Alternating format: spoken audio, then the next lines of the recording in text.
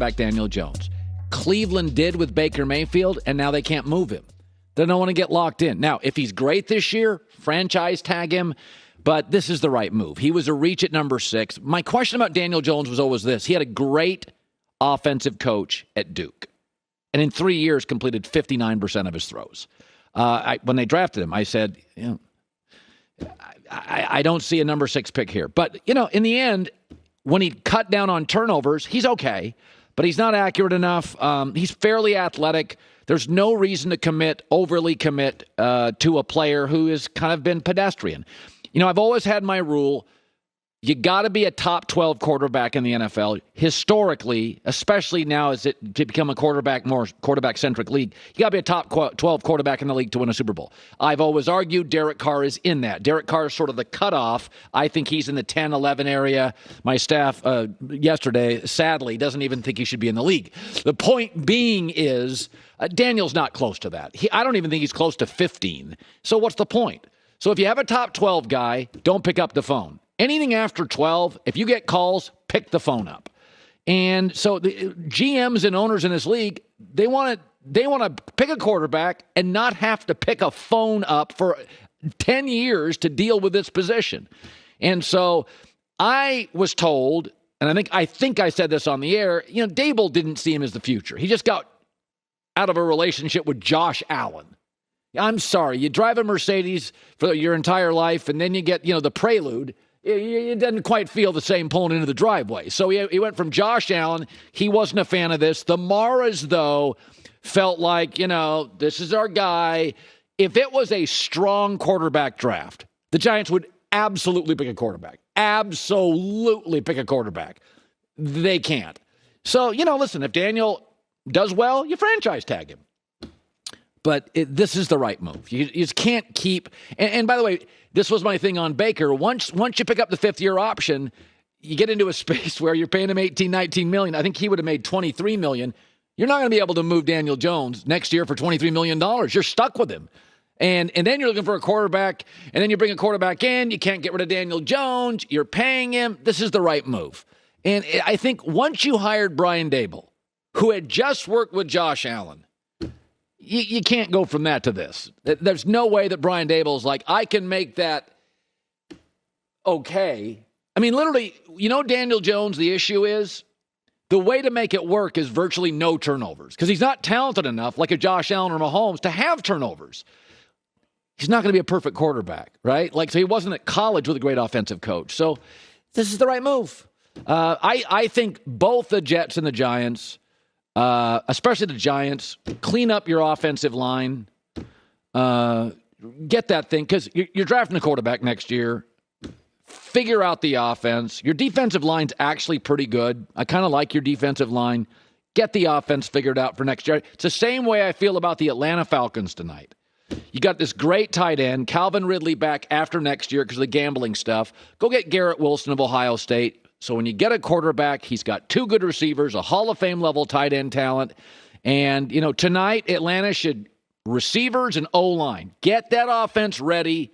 You can put that rookie quarterback in next year, and he's not running for his life. He's got reasonable, protection, and you're not paying him, so you can go to the free agent market and get him stars. It's the herd.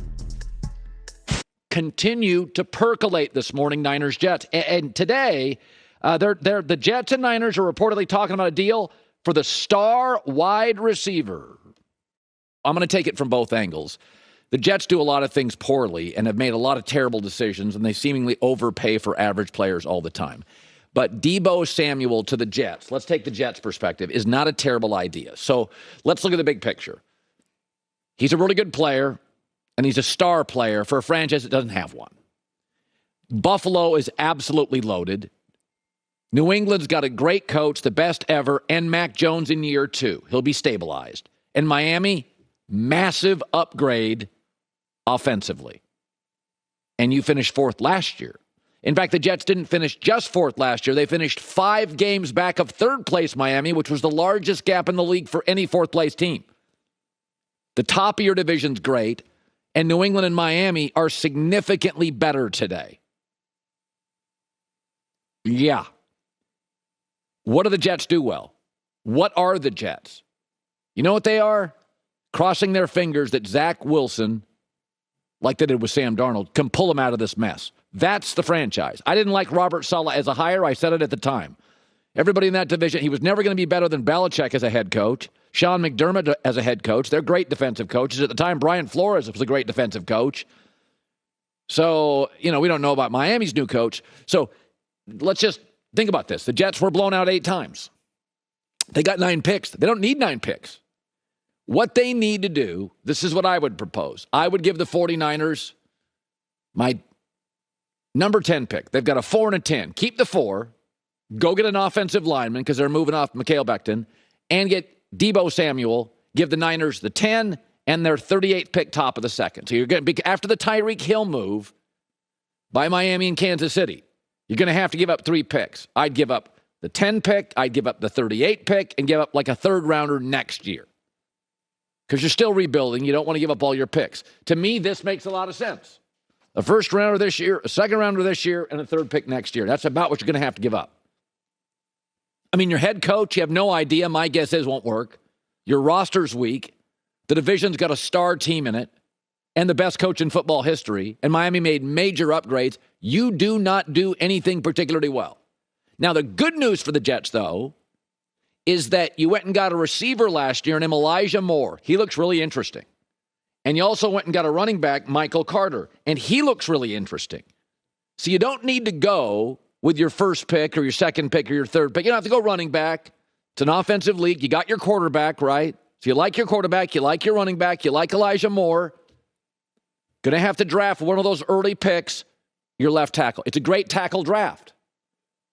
It's probably, of all the units in the draft, they have, with that 4th pick, what you need. And then what you need is not more draft picks. What you need is a star. Because Miami's got Jalen Waddle. Miami's got Tyreek Hill. I mean, Mac Jones' 2nd year in Belichick. Buffalo. So I think it makes sense. Take a big swing. If by the end of tonight, you have the best or 2nd best left tackle and Deebo Samuel, Jets win the night. That's legitimate. Then you've got your quarterback has a chance. Because you have to figure out, by the end of this year, can Zach Wilson play? Because next year, you're going to be a 4th place team again. 3rd or 4th, my guess 4th. Deep 4th. Next year's a better quarterback draft. And you got to know by the end of this year, do we have our guy? How are you going to really know? Unless you give him somebody like Deebo Samuel, Elijah Moore, Michael Carter. It's like, all right, we couldn't move the ball much. Don't have the right guy. But you got to get an answer. In the NFL, teams have a lot of needs, right? Most teams, especially bad teams. But often the biggest need is just an answer at quarterback. The Giants have one. They won't admit it. Their coach and GM will. Their owner won't. So can Zach Wilson play? Give him Deebo Samuel, Elijah Moore, Michael Carter. You'll have an answer by Thanksgiving. But last year, 8 blowouts. You going to bail again on quarterback? You got to give this kid a fighting chance. That's a theme I always say on this show. If you're going to draft a quarterback high, you got to give him a fighting chance. So that's what I would do. So now let's take this from the San Francisco 49ers angle, because anybody could say, well, of course the Jets want Deebo Samuel. I mean, that's an easy one, Colin. So let's go. Let me ask all you 49ers a question. You give up Deebo Samuel to the Jets, and you get the 10th pick draft. And remember, the Niners don't have any picks in the top 60. They don't have any picks. So you get the 10 pick and the 38 pick, top 1st, top 2nd. So let's pretend it happens tonight. Here we go. The San Francisco 49ers, in a trade with the New York Jets, have drafted Drake London, wide receiver, USC. You have Brandon Ayuk, you have George Kittle,